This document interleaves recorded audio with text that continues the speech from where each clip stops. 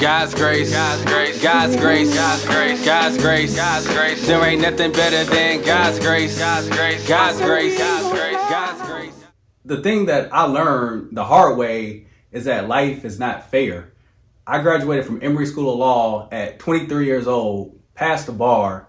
I feel like I did all the right things. I graduated from Jacksonville State University in 3 years, summa cum laude.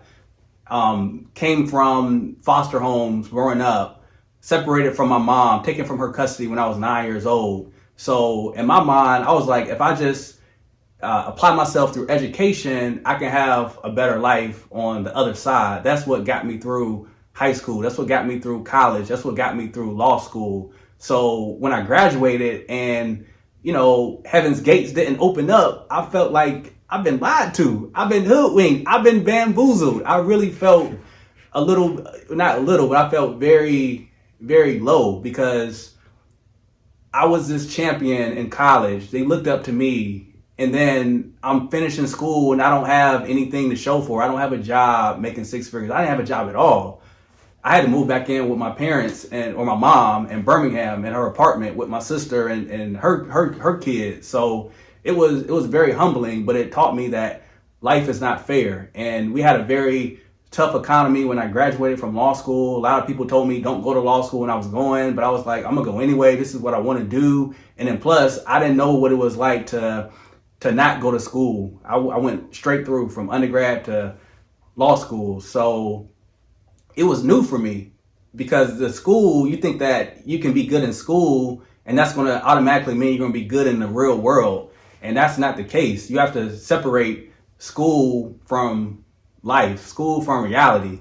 So I had that epiphany moment, and it was a hard process when you're applying for jobs and people ain't calling you and ain't giving you interviews and you start to question things, but you just got to keep applying and keep trying and get creative and just know that your path may be designed a little bit different than the path that you had in your mind, the path that you envisioned, because God's vision is more important and trumps our personal vision for our lives. So the Lord put me on this path, this forced path of entrepreneurship for a reason, so I can be that light to other people who are fed up working on the corporate plantation. And I say that lightly because I really admire and I really look up to the people who work corporate jobs every day, because that's a hard, trying process to put yourself through, and that the politicalness, the political nature of trying to satisfy this supervisor and that supervisor,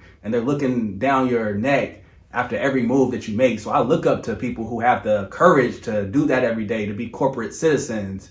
Me, I wanted that, but God was like, that's not the path that I have selected for you. I want you to just be in the world, be in the wilderness, and try to find your way and make your way and collect your tribe and bring your people through you. Hire your mother when she couldn't get a job. Hire the intern who was an Uber driver who was saying, I just want an opportunity to practice law. You ain't look at his resume, but you felt his spirit and you said, come on, we're going to go to court. You're going to help me. I'm going to pay you some money and we're going to try these cases, So, it's just, you got to be humble. You got to be flexible. You got to understand that what you have designed for yourself is not the ultimate design, because you're not the almighty. So you just have to submit to the process and enjoy the journey. Enjoy not having a lot of money when you're starting out. Enjoy getting told no's. Enjoy losing cases sometimes, because that you're going to continue to put the work in and you're going to start being successful. It just may take some time, but Starlito said it in his mixtape. He said, you don't fail until you quit. So as long as you're still working and still trying, you haven't failed. You only fail if you quit. And the good thing about that is quitting, you determine that. So as long as in your mind and your spirit, you're not going to quit, you're not a failure. And that was my mindset when I was starting out, practicing law in my apartment in Doraville. I'm not going to quit, so I'm not a failure. And it took me some time. It humbled me, but I'm just glad that I have this platform, this opportunity to do what I love to do, help people, and tell my story. God's grace, God's grace, God's grace, God's grace, God's grace, God's grace. There ain't nothing better than God's grace, God's grace, God's grace, God's grace, God's grace.